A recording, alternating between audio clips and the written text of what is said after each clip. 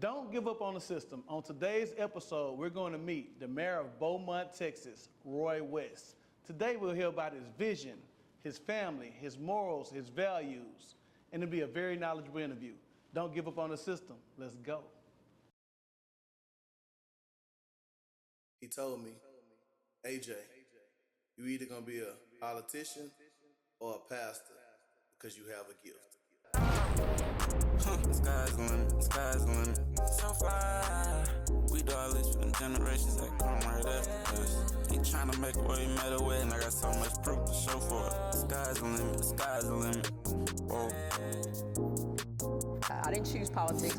Politics chose me. So, tell me, who is Roy West?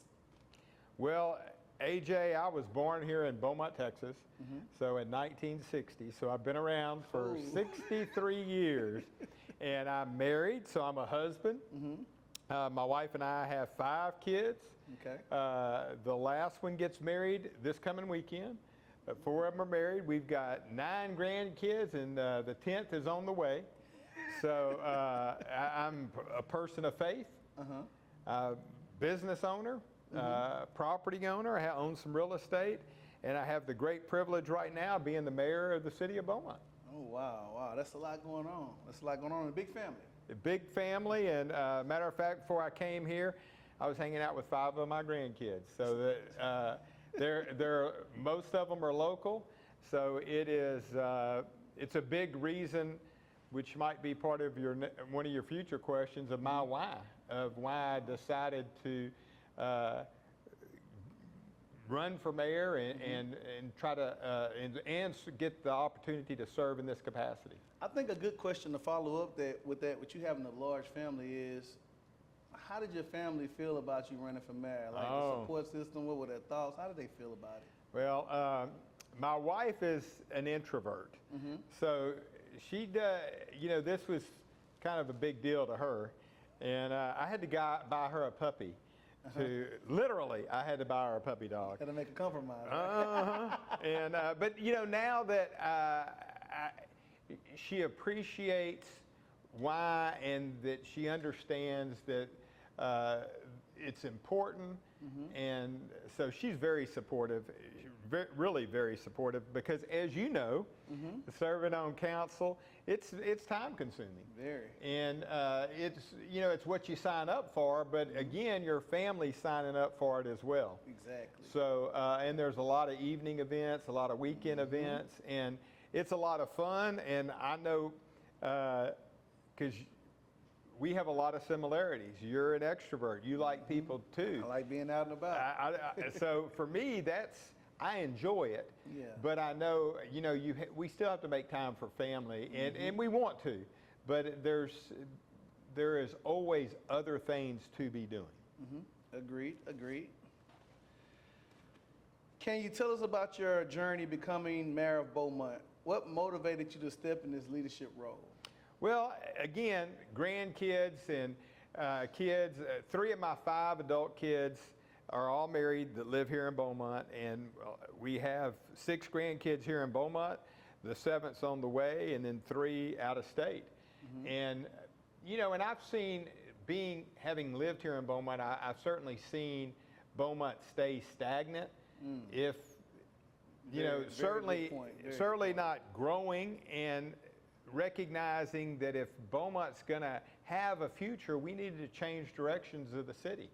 And that's a little bit, as you know, that we've been working on for ever since I've been mayor, and even before that. But it's we've got to, the city's a business, and we've got to be more productive. We've got to generate more revenue in order to provide what all the residents need, and also to provide for the infrastructure, and to be able to grow the city and to make it attractive, to keep young families here, to want to be here, and to be able to retain our youth, and also to be able to educate our youth. So the other component that I saw is, having been in business, collaboration is so important in working with other people, other organizations. And I think historically, the city hadn't done as well with working with the school district and the county and the hospitals and all that, you know, partnering.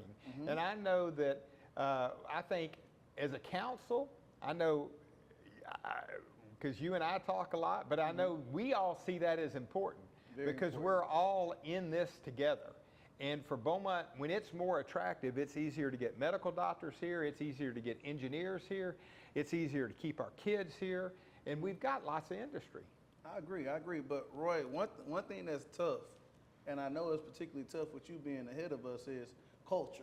Right. Like, you know, like to be able to change culture, narrative, you know, like we've been stagnant for 30 years. Yeah, So longer than that, really. Yeah. So what's some of your thoughts about like culture? You know, like how do you deal with that? Well, I think the biggest part is continuing to show up and be the same. You know, I learned a long time ago, the only person I can control is myself. Amen. So I have to know what it is that I'm trying to do, and then I have to be that every day. And, you know, and I have to be it whether it's a council meeting or it's in a meeting or it's showing up to a public event. And it's not a hard ask because it's something I really believe in. All I want is a better Beaumont. And I don't know completely what that's going to look like, but I know it's going to be a more attractive city. And it's going to be a place where young people want to stay. And we attract, and I believe we're going to do that by redeveloping downtown and getting an increase in property values down there, getting a convention center hotel, turning our civic center into a convention center, putting a river walk right down Crockett Street to the event center. I see all that in our future, and I see Beaumont, Texas being a destination location. Wow. And there is no reason why in a state that is growing like the state of Texas, the greatest state in America, that we shouldn't be a thriving city. And I believe we're on the way. And I'm excited because we've got a council that is really working for this, really hard. And that, you know, as we've talked about before, I may have the privilege of being mayor right now, but as mayor, you can't do anything. It's a council. You got to have 4 votes to get anything done. And right now, our city council is, I believe, very unified in the fact getting this hotel downtown, because we all understand how important downtown development is, because we need to create that synergy and that additional revenue for the city so that we can do everything throughout the entire city. Man, you made a valid point, and just to educate our viewers on the way council and government works, a lot of people have the impression that, you know, the council runs the day-to-day operations in the city. Can you kind of explain to them the type of government we are and how do things get done in city government? Well, and it really makes sense if you stand back and look at it. We are a city manager form of government, and there's basically 2 types of city government.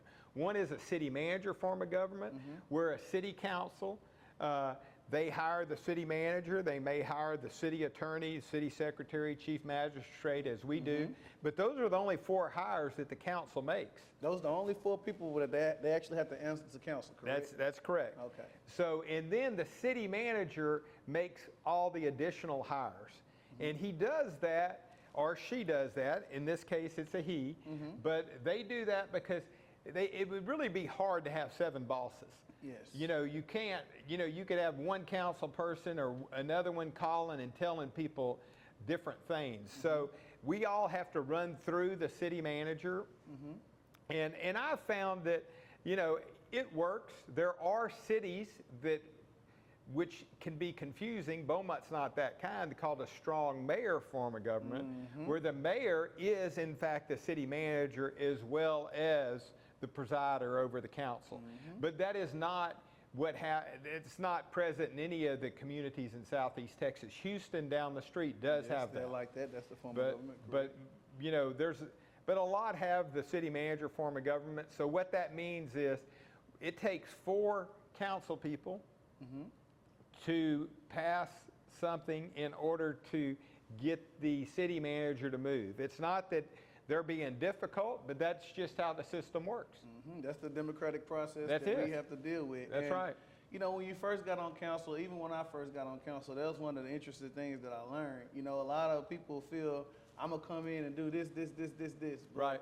if you don't have the support of the majority of the whole council, it's less likely you'll get anything done. Well, and absolutely that's true. But it's very much like business, though. Rarely are you going to be successful if you can't help other people be successful along the way. And because I think success begets success. I think that's why cities that are attractive, it's not one person being successful. It's a lot of people being successful, and that's what makes it attractive. So it's confusing to the public because we get lots of calls saying, hey, I want you to fix this, or this is a problem, what can you do about it? And people really aren't that interested to hear that you can't do anything. And there are things we can do, but it's through a process. Through the process of going through the city manager. That's exactly right. And and I think I think the system works well, but it's not what people visualize or expect. Even when they know it, they still think you can probably do a little bit more. Yeah, and like again, I said that was one of the biggest things I learned, and it's kind of appreciative we're able to have this dialogue and kind of explain to the people watching. Absolutely. I think it's great that you're doing this. Yeah, I appreciate you. It's a need, Mayor. What have been some of the biggest hurdles you've encountered within the government system? How did you maintain your resolve to push forward when it seemed to touch and enact change? Well, it feels weird talking to you about it because you've been through all of it with me. I'm not a councilman. I know. You've been through it all with me. First of all is learning about the local government code and our city charter and the state constitution. All government entities, whether it's city, county, state, there's a lot of regulations, and many that don't affect you in business in the same way. So you just realize everything moves a little bit slower, or a good bit slower. And in terms of processes, nothing's ever going to happen real quick. And but it is, because it's a council process, first of all, you got to get the council on board, everybody agreeing, kind of in the same boat, rowing in the same direction. And until you get at least 4, you're not going to get anything done. And also, you've got to hear from everybody, because again, as I started out, I was born in Beaumont in 1960. I'm a 63-year-old white male. I mean, and I've had a lot of different life experiences, but Beaumont which I think is its biggest asset, is a very diverse community. And you've got to hear from all the community, because when you're doing something as a council, it affects the whole city. So I think we all want, when you serve on council, you get it. It's not just what you think, it is what the people that you represent think. So you want to hear from them. And going through that process, going to neighborhood associations, being available to talk to people, that's the only way to know. And sometimes having some uncomfortable conversations. You got to. Because it is, how people receive things can be real different in different cultures and in different age groups. But it's interesting you kind of touched on that, because some other guests, we kind of talked about this too. Just being the mayor, being the figurehead with the diverse population we deal with, how do you do it like race? Because that's an uncomfortable topic. Me and you have had some good conversations and dialogue about it, but I think it's important that us as leaders to be able to speak to it. How do you deal with that?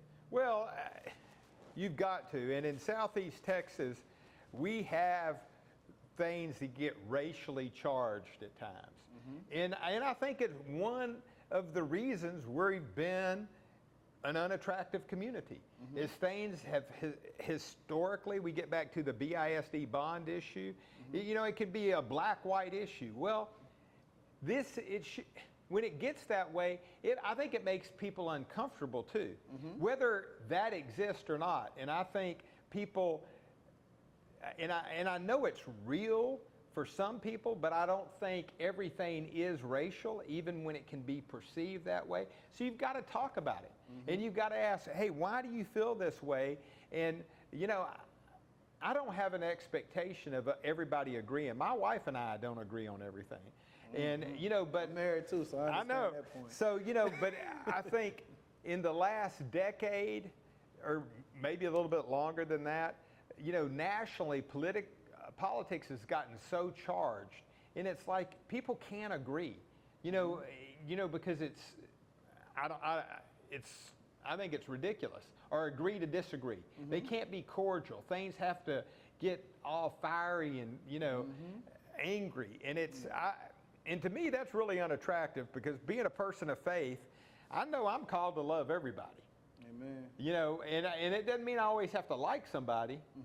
But if I love them, if I respect them, I need to show that respect when I'm talking to them. And just because I disagree with somebody, I can respectfully disagree with somebody.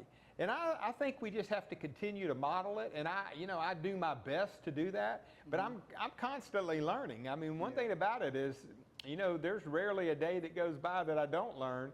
And I want to continue to learn, because I want to be the best person I can be, whether I'm mayor or not, because I am a husband, I am a dad, I am a grandfather. You know, when I show up in the community, I want to be authentic and be genuine. Yeah. Much respect. I think again though, I think it's important that we're able to have those uncomfortable conversations, have them openly, because it exists. Exactly. And like you said earlier, if you don't talk about it, how can you heal and move on from it? That's right. Yeah. And like you said, oftentimes, you know, we'll see it in the press. People will talk about something in the press, but they don't talk to you about it. And, you know, I think we just need to, if we have a problem, we need to go to the person we have a problem with and address it. You know, I think even though we're probably more densely populated as a country but I think we're almost more isolated at times, because people can get behind a keyboard and say, you know, be this person that they're not in public. A whole different person in public. So, I mean, that energy ain't the same.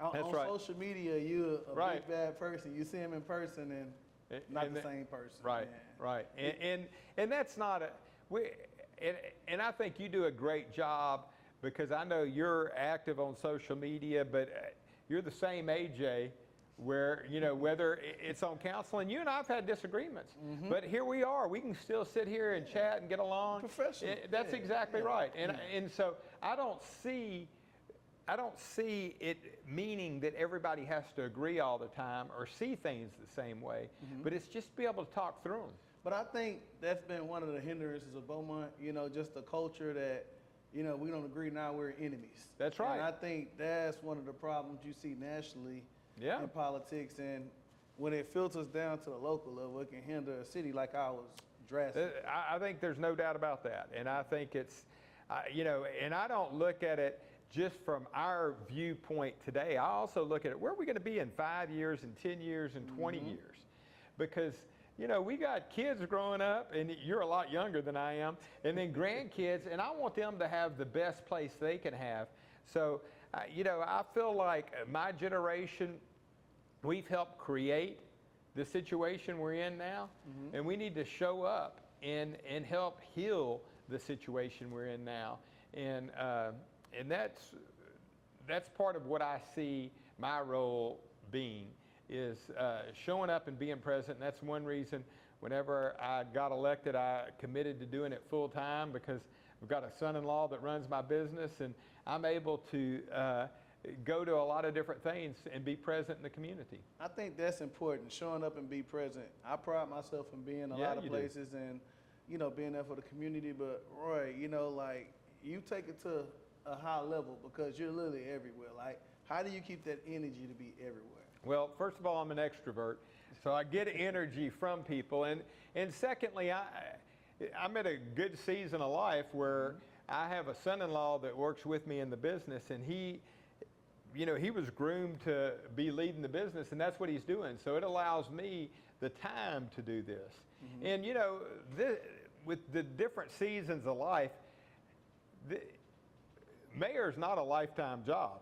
You know, it's for a period of time. And I realize that, you know, we've got an election coming up May of 25. I'm not guaranteed a day after that. So every day when I wake up, I get to be mayor that day. Yeah. And that's how I look at it. I mean, it's a great opportunity. And, you know, I'm looking forward to hopefully serving longer. But what's most important is if Beaumont's moving forward. It's not about me. It's about the city, and I think our council shows that a good bit, because that's one reason we're able to work together, because even when we disagree, we get through it and move forward. Got to be professionals. That's Got to be right. adults. Something me and you did agree on drastically was term limits. you Right. know? It was unsuccessful, but we both agreed on term Right. limits. Like, can you kind of speak to why did you feel term limits were important? Absolutely, and you know, as you pointed out, I spend a lot of time out there. I think you only have, as with many things, you only have so much capacity. So if you serve too long, the relationships just get a little too tight. And this isn't like a business. I think there needs to always be a little bit of rub. I think, you know, I think city council needs to turn over more, because I think you need fresh blood every now and again just to be, you know, a little disruptive. I agree. You know, and ask those questions. And, you know, but hopefully do it in a way that is professional. But, you know, right now we don't have any Hispanics on our council. We don't have any Asians on our council. And we don't currently have any women. Not one female. And that, you know, and I think, you know, in a perfect world, we would be a lot more diverse on that. Now, when people complain about it, I say, you have to run. You know, I mean, because everybody that's on council did get elected. And the people get to decide who serves in those capacities. But I do think it is, I would like to see more diversity on council. I agree. I kind of look at it like a sports team. I call citizens the GMs. Yeah. And they go out and they pick the council, which is us. Right. And it's our job, once the team is formed, to make that team the best team you Right. can make it. And I kind of view it that way. But when it comes to politics, what I'm starting to hear often is a lot of good people don't get involved because all the negativity that can come with politics. And that's unfortunate. Why I hear almost everywhere I go. Well, and there's no doubt about it. And I think you've got to have thick skin.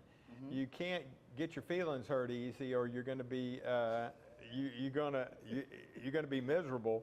But you know, the other part of that is we live in a time where I know when people are talking about me or they're talking about somebody else on council, they're talking about the position more than anything. I've reminded my wife on occasion that, you know, the only reason they're talking about me is I'm mayor. If you weren't mad, you probably wouldn't be mentioned. That's exactly right. And so I think remembering that it is the position, and we've as a country, and certainly it's permeated all the way through state, county, and city politics, is, you know, it's like it's gotten okay to attack people, and instead of being constructive about what the problem is.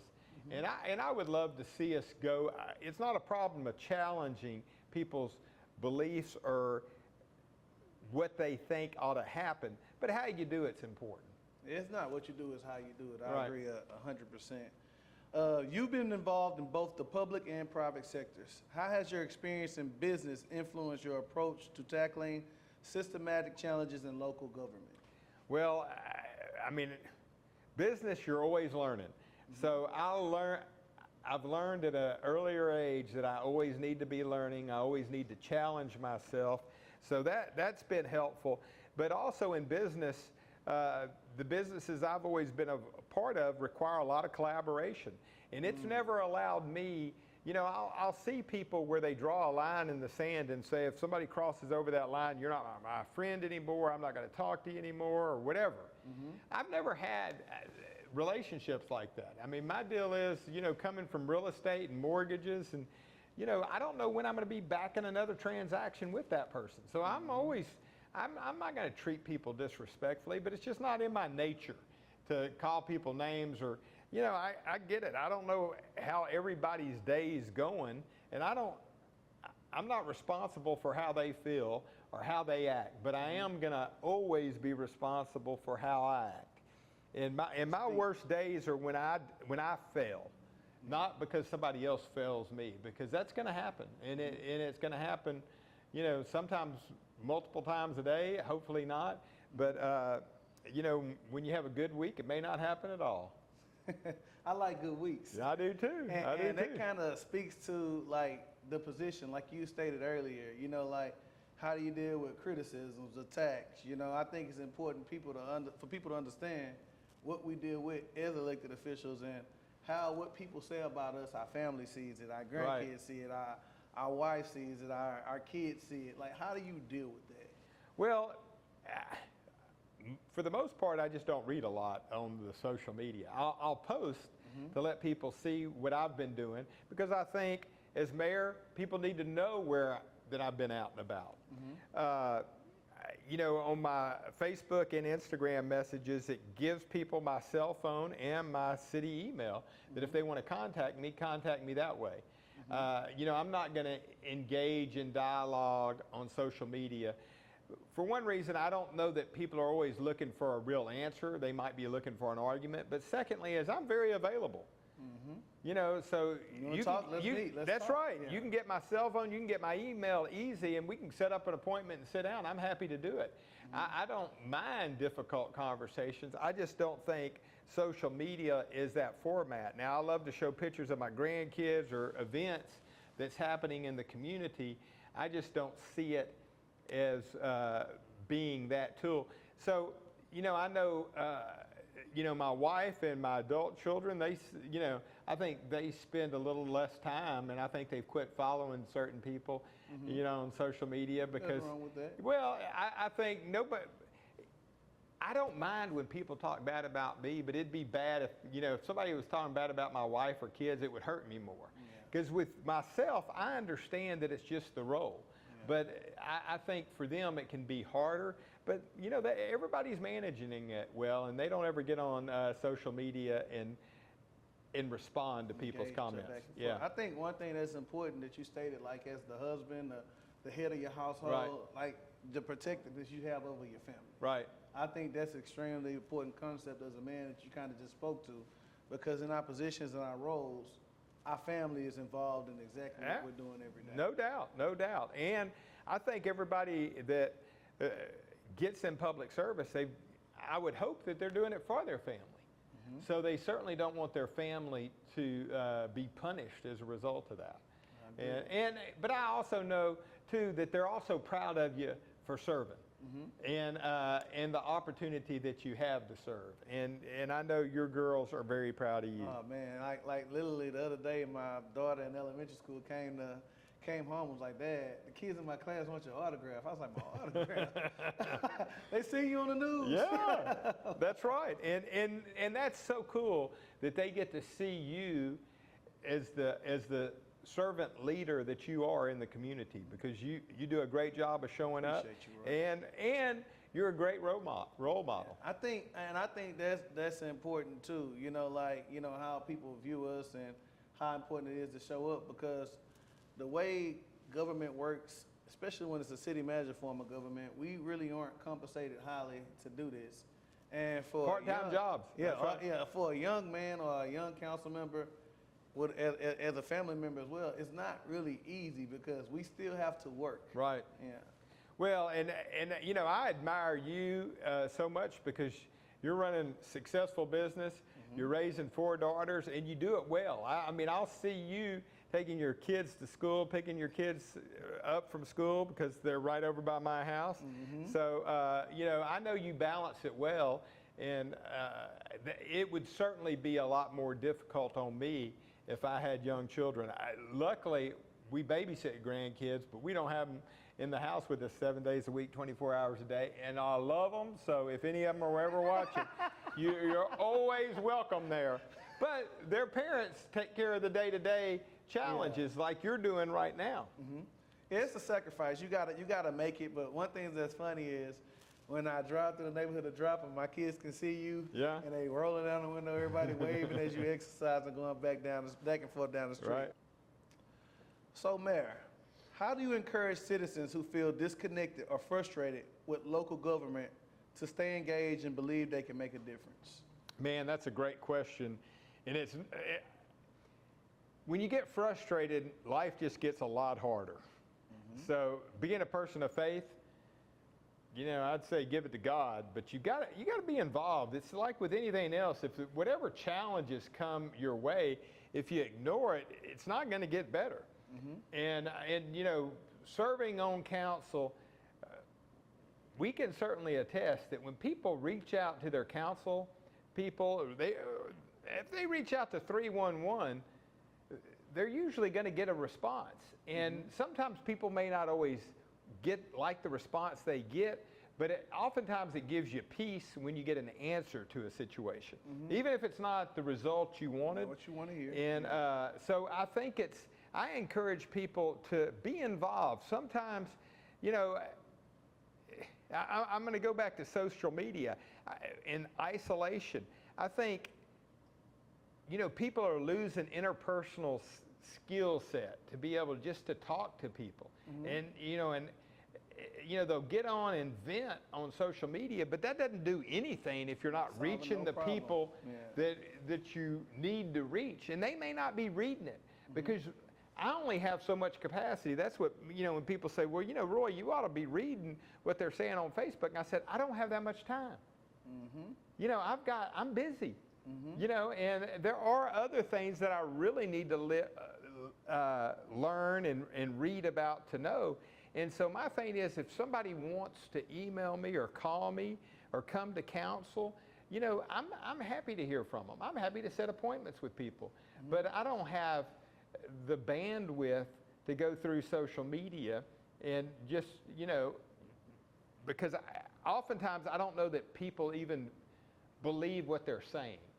Is kind of what I've grown to believe, because I know you and I both have had experiences where people say terrible things, and then you see them in public and they act like nothing's wrong. And shake your hand, hug you.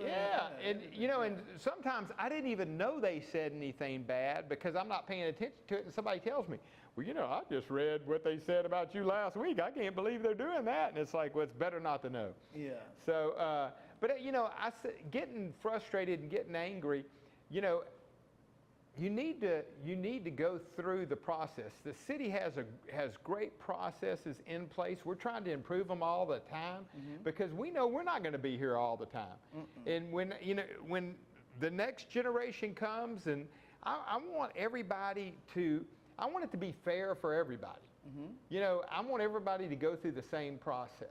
And if you've got a complaint, like calling 311, I think it works very well. We've got a 311 app.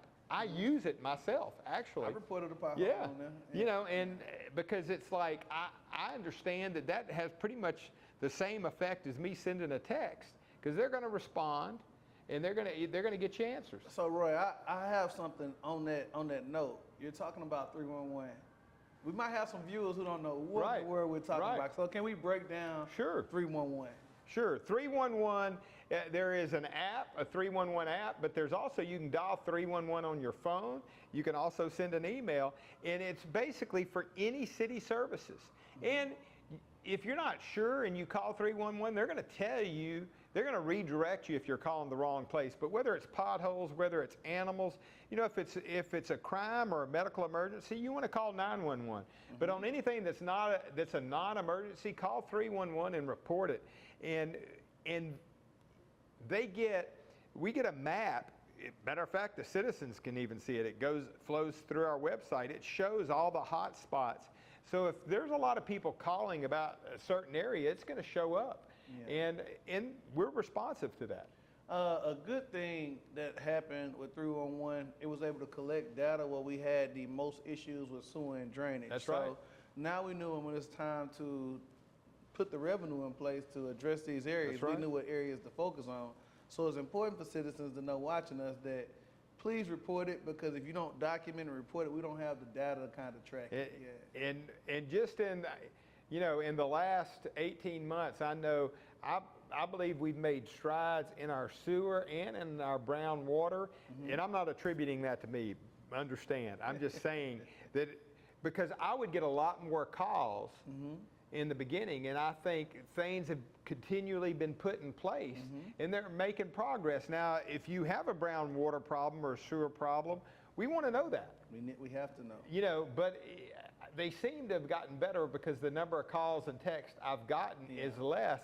But this requires ongoing maintenance, and because you've got to be ahead of the problems to solve those. Something that's interesting though, Roy you came on in 2023, May of 2023, correct? Right.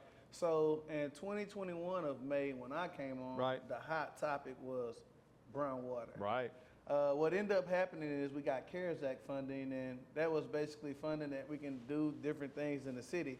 Some cities put it towards programming, some cities put it towards quality of life, but at that particular time, we were having so many sewer and drainage issues. We put the bulk of that funding into sewer and drainage, and I don't think people understand, you know, when that money comes down, if you don't use it, it's a possibility you can lose it. Right. So that was a big focus, but it was kind of new to me because that large amount of money, I'm thinking about parks, you know, I'm thinking about quality of life, but it helped me grow as a council member because it helped me to understand the priorities are the necessities people need to live every day. Clean water. Like, there's no way you should have to deal with that. So and that was flushing your toilet. It was a big growing moment for me because it helped me to understand and prioritize what was most important, and that's the people everyday living. Public safety and public health. Yep, I agree. Yeah. I agree. What are some of your recent successes that you and your administration have achieved by working through existing systems despite obstacles? Well, we have just this year had some significant challenges, and some of them more controversial than others, but I think they're all building a big foundation when it comes to downtown development. We had an enhanced code enforcement for the Central Business District where they were going through and going in, getting with all the owners. And again, this is the entire council. This was, we were unified on this, that we had too many buildings in poor shape in downtown Beaumont. We wanted to see improvement on that. And so it began with that, which that's still in the process, but from that, a vacant building registry came into play, which is something that other cities have had some success with, and it creates a process in which that if you have a vacant building in the Central Business District, you have to let the city know, and there's fees associated with it, and there's inspections, and there also has to be a plan on what you're going to be doing with that. And the fee is to incentivize you to not sit there with a vacant building. Now you can, but there's going to be a cost associated with that. Also with the homeless no camping ordinance, you know, to address that, which is, again, you know, I had some people say, well, you know, are you marginalizing homeless because you're saying there's a no camping ordinance and you don't want them camping in tents? And, you know, my response was, well, it depends on how you look at it, because I could look at it that you're marginalizing them. And they said, what do you mean? I said, I think it's 2024 in Beaumont, Texas, and I don't know that somebody ought to be sleeping on a tent in a vacant lot. I mean, we ought to be able to do better than that. But we have to expect better than that. I know I expect better from my kids and my grandkids. We have to have guardrails. I have guardrails in my own life. So I think setting expectations, providing resources to help people improve and get out of situations, but don't just allow somebody to be in a situation that affects everybody around them. And, you know, I don't think there's a perfect solution, and I understand there's some people that may want to live that way, but as a city, our council, we had to make a decision for what's best for the entire city. And, you know, there are homeless camps, because we're just in process of getting this enacted now. We've passed it, but in terms of the process of, you know, we're not going to be arresting people for this, but getting them out of neighborhoods. And because, you know, we've got to have, that affects quality of life. And then with our downtown development, you know, we've got to be addressing all of that. And we've been working on a convention center hotel and working with private public partnerships and working with developers right now. Maybe making a decision real soon on which developer to be going with, which is going to be very exciting for our city, because I think this could be the type of win that we need, that people see downtown actually changing. Getting rid of the 555 main building, which that was all done before me. I mean, I've been on council since it was torn down, but that was a decision made, and I think that certainly changes the landscape down there. Very important decision was made there, and now people, I think, can visualize where that hotel is going to be and what a great location that is. So it is, you know, many things, and some things that are get less attention may still get a lot of phone calls, but you know, I don't think you get on council for easy decisions. You get on because you know our city's got challenges and we need to address them.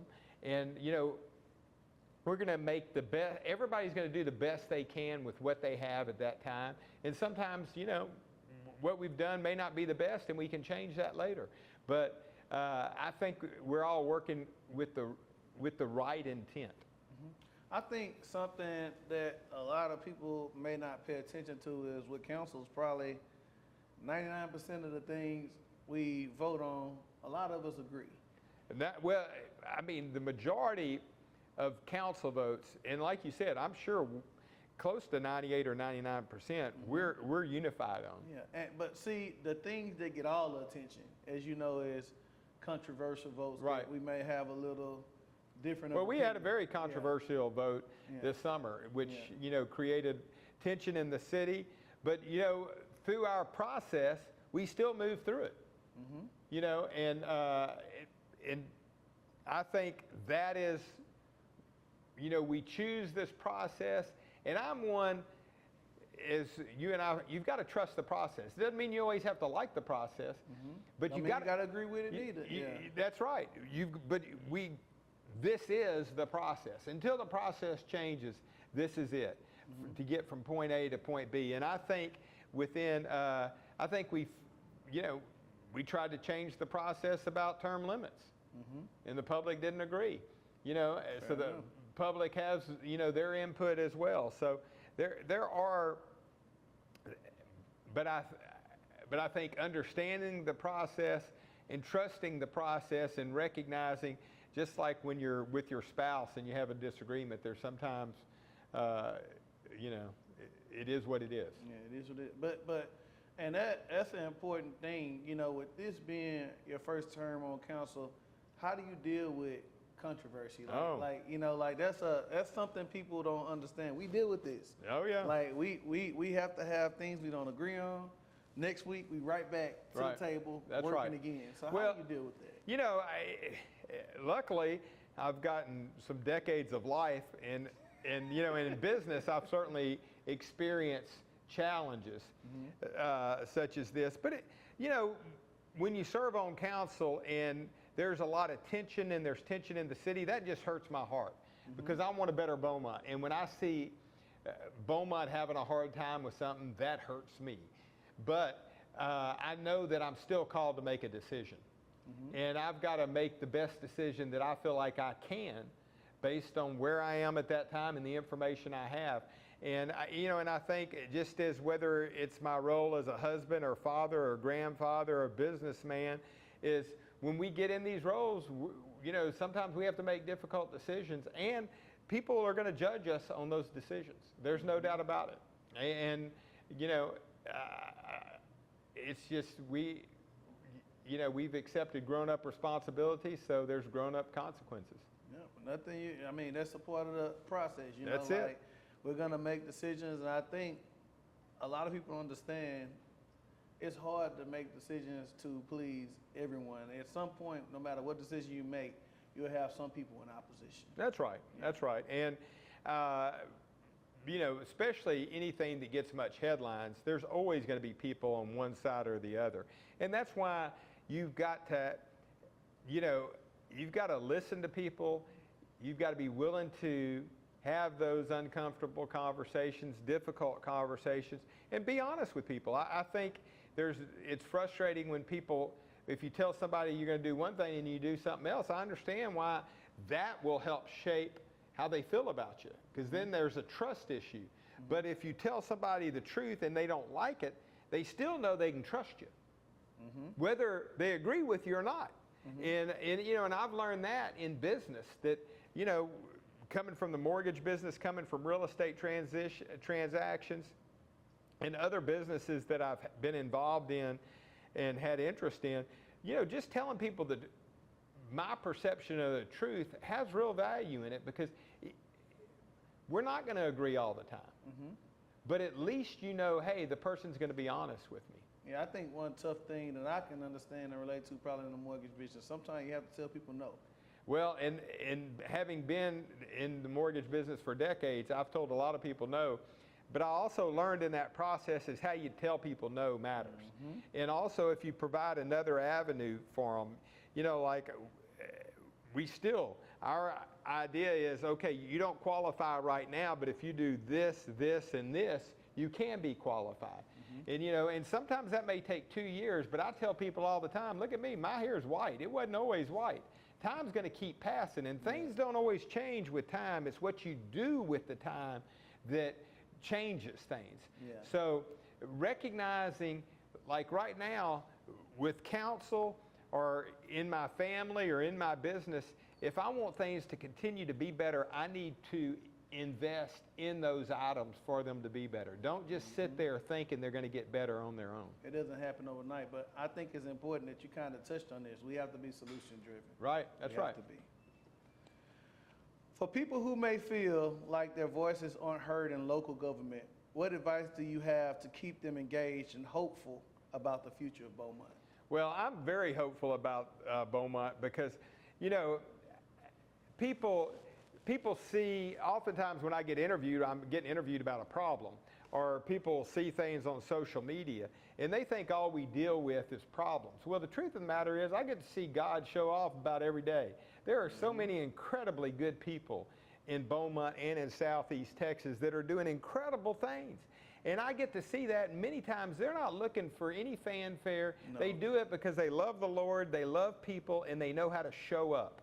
And that encourages me, and I think we're doing that as a council. I see our city government, I see our city manager doing that, our administration, and I think we're showing up. And I think we talked about some, the no camping ordinance, the vacant building registry, the increased enforcement. I mean, we're doing a lot of things across the city, and we're working council.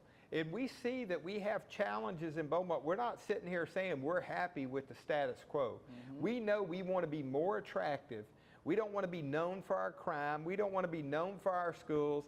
Just this past Sunday, I was speaking at a church, another church with Dr. Shannon Allen, because her and I, the superintendent of schools, we go talk about how we need to partner as a community, because, I think we got great schools. I love our public schools, and our teachers, our students, I think they do an incredible job. They have some incredible challenges, but they show up every day.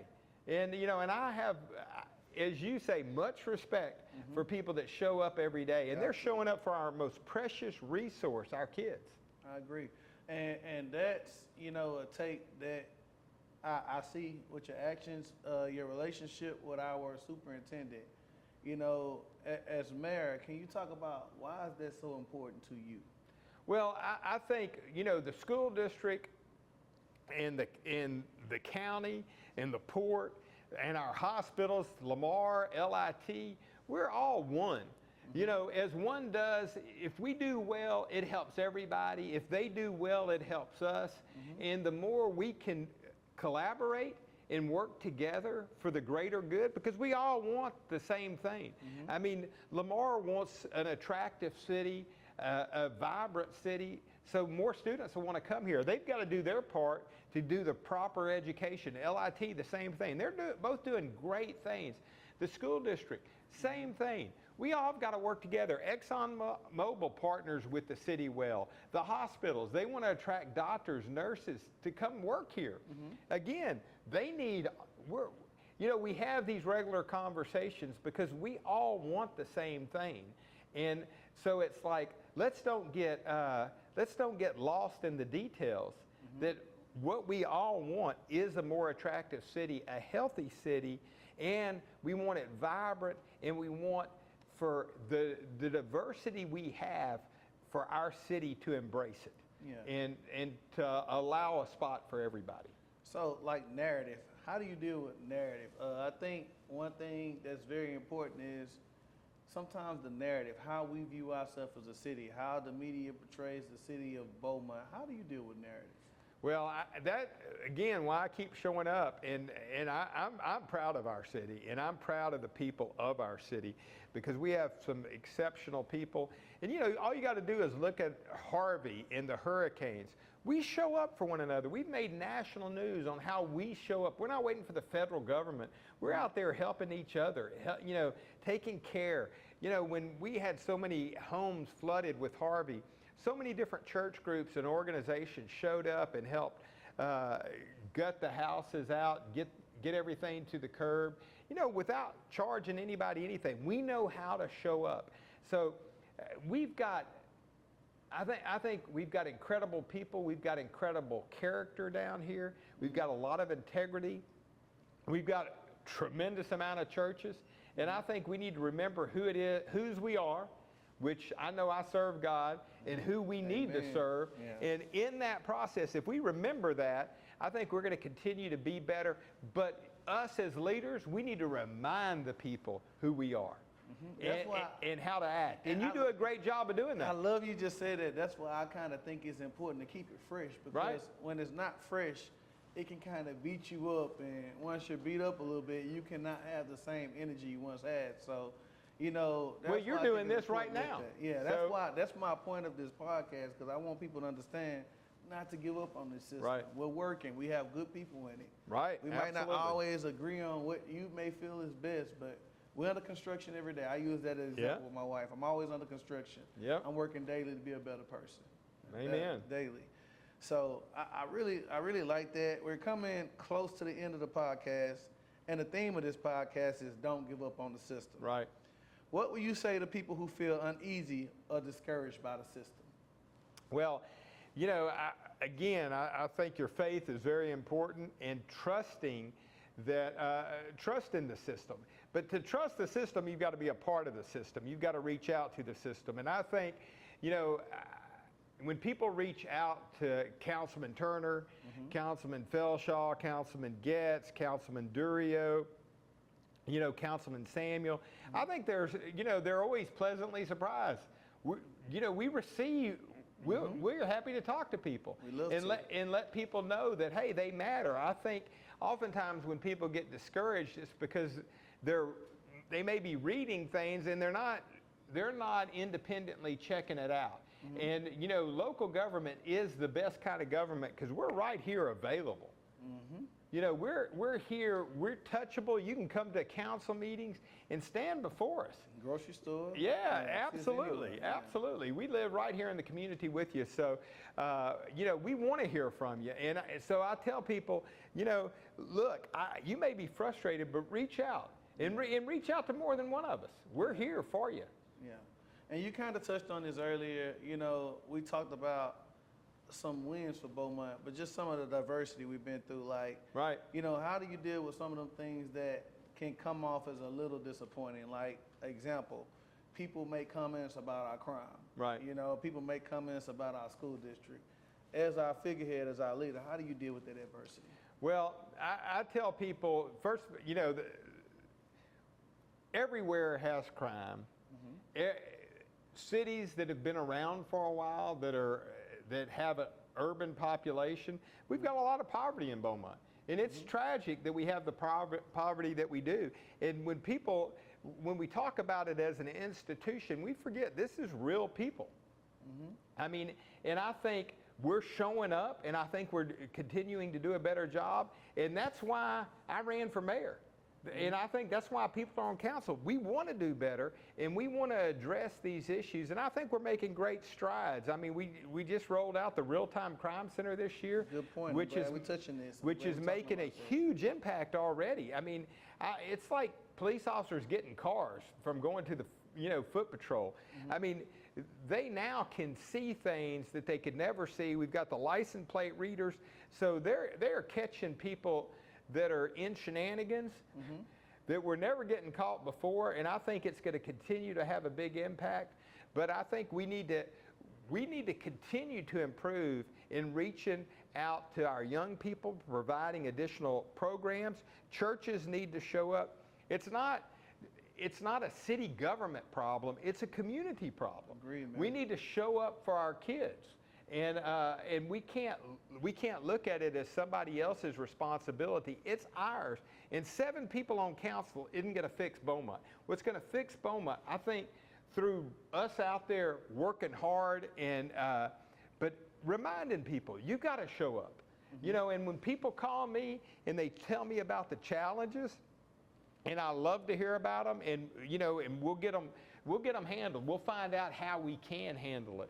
But I always try to end with, but what can you do what are you going to do to make Beaumont better? And and sometimes, what do you mean? I said, well, you got gifts and graces. Bring some of those to Beaumont. Help Beaumont be better. Sometimes it may be some time to volunteer in the schools or mentoring youth. I mean, we've got a lot of organizations that do that here. They always need volunteers. We got a lot of organizations that need additional resources. Yeah. So churches and organizations can always use your funds, but participate, be involved. If you want a better community, you need to be better in the community. I just want to touch on one thing that we have worked well together doing was youth initiatives. Right. Like we just created a new youth programmer position to have more youth initiatives in Beaumont. We have our youth council going where we take kids right here from Beaumont, Texas, as far as Washington, D.C., to learn about how government works. Can you just kind of speak to how important and why? I'm real big on youth, but you're very supportive of me when it comes to that.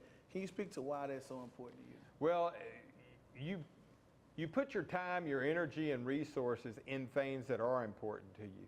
So if we're not spending time with our kids, if we're not showing them that they're important, then we're really saying you're not. So I think we have an obligation as leaders and serving on city council to be proactive on this. And because they do matter. They are our future. And sometimes people think, well, that gets used a lot, but it's the truth. I mean, I've entered my 4th quarter, and I'm in the game right now, but there are people in their 1st quarter, and the sooner they get their feet underneath them, the better off we're all going to be. And people need to be engaged. They need to know they can make a difference. I mean, when you ran for council, you and I both have something in common. We both ran and lost the first time. Yep. And it didn't dissuade us. Nope, we came right back even harder. And whether you win or lose is not always what it's about. It's about going through the process. The first time I ran for mayor, I was a better person after that, and I lost. And people say, well, you like losing? Nobody likes losing. Nobody. But it doesn't mean you can't learn from your experience. So sometimes people are afraid of things because of what may happen, but I think you've got to have the confidence that if you love your family enough, if you love your community enough, you got to be willing to show up and and risk it. Yeah, and I respect that because you're 100% accurate. Like we came back through adversity and showed people it may not work right the second time. It might not be God's time, but if you stay in it and be consistent, the results and the track record will help the support will come. And you may find out where you need to be if that's not where you need to be. I learned a lot. Like I literally, my first election, I doubled my votes by 4,000 votes from the first time I ran to the second time I ran. And that was just learning how government works, coming to more meetings, making more touches, building relationships that I didn't have, that I seen were important, and really just breaking that I hate to say it, we talked about it earlier, but that racial barrier in Right. Beaumont, I think that's something we don't talk about enough. Right. It exists not only here, but I think we're working towards getting past it because now we're at a point where we can talk about it. People that don't want to have the conversation, they'll go to great extents to avoid it. But when you're avoiding things that, you know, the elephant in the room, and whatever that can be, and that's certainly not always going to be a racial issue, but it can be. Yeah, it can It's be. it's whatever it is. Different things, I agree with you. Is being willing to discuss it, and also in it not to be personal for you. I mean, because when you're an elected official, it may be hard for it not to be, but you got to remember the decision you're making is for an entire community. And, and I feel like it's always better when you talk through it. I agree. It's always better when you talk through it, and you have to be professional enough to be able to talk and listen to understand one another and walk away. Right. Even if you disagree, shaking hands and That's respecting right. each other. I think that's important. Absolutely. This is my favorite question. All right. I ask it to every guest, and I can't wait to hear your answer, man.